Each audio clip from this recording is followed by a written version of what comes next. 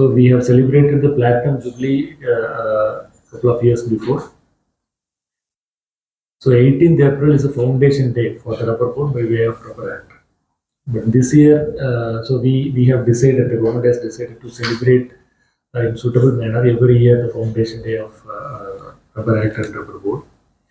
This year, 18th April falls on the holiday, public holiday, so that's why we thought of keeping a series of events, including this press conference and press release and other small events today. And one more important milestone in our rubber board is that NIRT, National Institute for Rubber Training, is celebrating 25th year of its establishment, Silver Jubilee this year.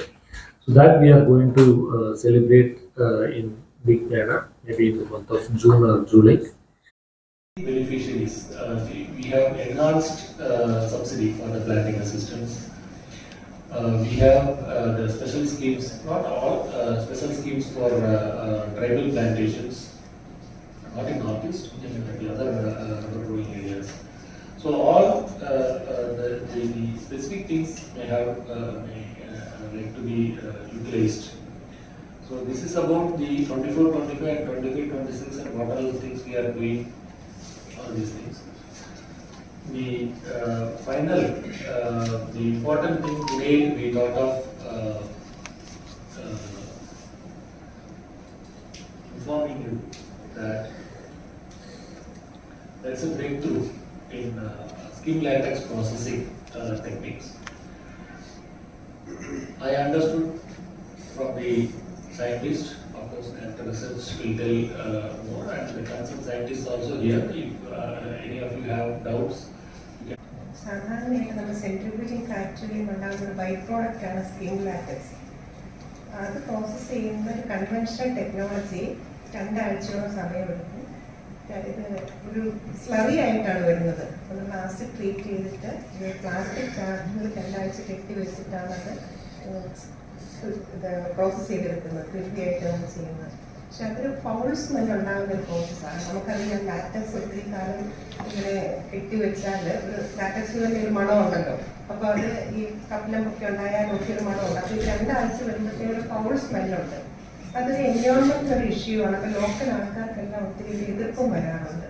അപ്പോൾ അതിനെ overcome ചെയ്യാനായിട്ടുള്ള ടെക്നോളജിയാണ് ആറിലെ doctor Manoj Ganga സയൻറ്റിസ്റ്റുകൾ develop ചെയ്തിരിക്കുന്നത്. Which is actually Indian purified skim rubber. See, adding to your question also, the current price is something around 140 to 145 per kg. So this process may add another 5 to 10 rupees, but still it will be less than the main price of the rubber. So it may be attractive for the industry. പ്രോസസ്സേഴ്സിന്റെ ഇവരുടെ സപ്പോർട്ടോടെയാണ് laboratory ചെയ്യുന്നതെല്ലാം ചെറിയ സ്കെയിലാണ് ചെയ്യുന്നത്.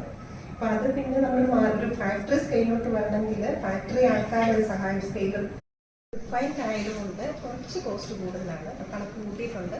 പക്ഷേ ഇതിന് properties കുറച്ചുകൂടെ improve ആയതുകൊണ്ട് transfer stage മനസ്സിലാക്കിയിരിക്കുന്നത്. അവരുടെ representative നമ്മുടെ മാനുഫാക്ചറേഴ്സിന്റെ റെപ്രസെന്റേറ്റീവും ഇന്ന് വന്നിട്ടുണ്ട്. ഇത് അത്രയും അത് ലാറ്റക്സ് ആണ്. ഇത് സെൻട്രിഫ്യൂജിങ്ങിന്റെ വേസ്റ്റ് ബൈ പ്രോഡക്റ്റ് ആയിട്ട് വരുന്നത്.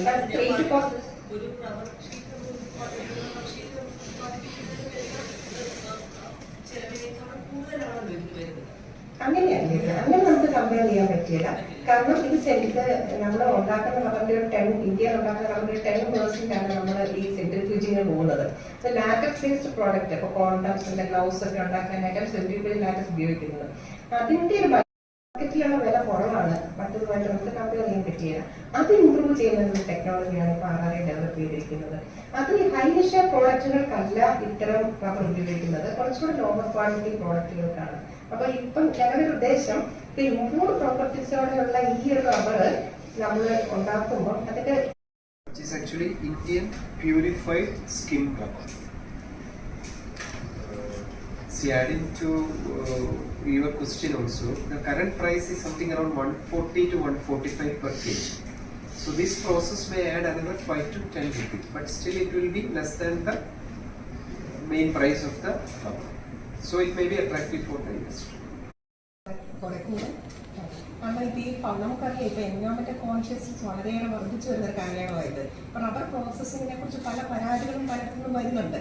ഈ സെൻട്രിഫ്യൂജിംഗ് ഫാക്ടറികളിൽ നിന്നുണ്ടാകുന്ന മണത്തിന് നല്ലൊരു ഫൗൾ സ്മെല്ല് വരും. അപ്പോൾ അതിനുള്ള ലൊക്കാലിറ്റി എന്നുള്ള കംപ്ലൈൻറ്റുകളൊക്കെ എപ്പോഴും വരാറുണ്ട്. അപ്പോൾ അതിനെ അഡ്രസ്സ് ചെയ്യാനുള്ള ഒരു അതാണ് വേറൊരു ഹൈലൈറ്റ് ചെയ്യാനുള്ള വേറൊരു പോയിന്റ്.